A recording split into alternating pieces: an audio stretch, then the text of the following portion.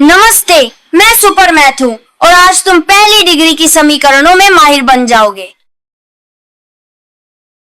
यहाँ हमारे पास समीकरण x + 2 = 3 है।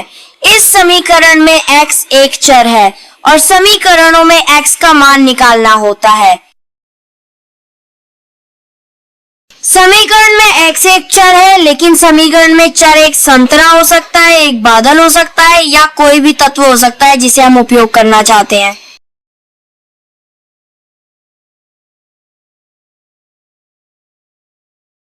मैं x को एक चर के रूप में उपयोग करूंगा। चर x का मान खोजने के लिए हम चर को समीकरण के पहले पक्ष में यानी बाईं ओर और संख्याओं को दूसरे पक्ष में यानी दाईं ओर रखेंगे। पहला पद बराबर के चिन्ह के बाएं होता है और दूसरा पद दाएं होता है। मैं बहुत तेज नहीं जा रहा हूं ताकि मुझे समझा जा सके। इस स्पष्टीकरण के बाद अब आइए समीकरण को हल करना शुरू करें। समीकरण को देखते हुए संख्या 2 पहले पक्ष में है और चूंकि ये एक संख्या है, हम इसे दूसरे पक्ष में स्थानांतरित करेंगे। अब हम प्लस चिन्ह को दूसरे पक्ष में स्थानांतरित करेंगे। हर बार जब हम किसी चिन्ह को एक पक्ष से दूसरे पक्ष में स्थानांतरित करते हैं तो चिन्ह बदल जाता है। पहले पक्ष में हम प्लस चिन्ह देखते हैं, इसलिए ये प्लस चिन्ह दूसरे पक्ष में माइनस चिन्ह बन जाएगा। अब हम दूसरे पक्ष की संख्याओं को घटाते हैं। 3 में से 2 घटाने पर 1 आता है, तो दूसरे पक्ष में हम 3 में से 2 को उसके समतुल्य मान यानी 1 से बदलते हैं।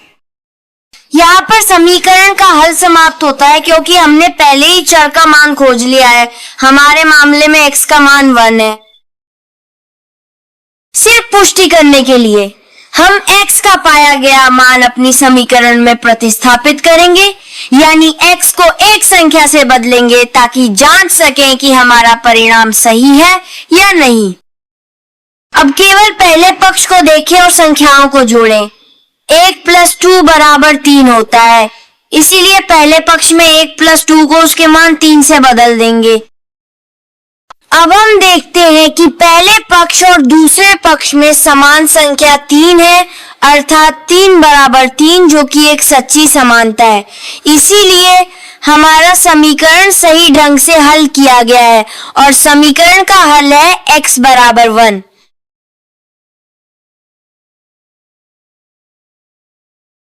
मेरे चैनल को सब्सक्राइब करें ताकि जब भी मेरे चैनल पर नया वीडियो आए YouTube आपको सूचित करे और हर दिन आप एक सुपर गणितज्ञ बन सकें। अगले गणितीय साहसिक कार्य में मिलते हैं।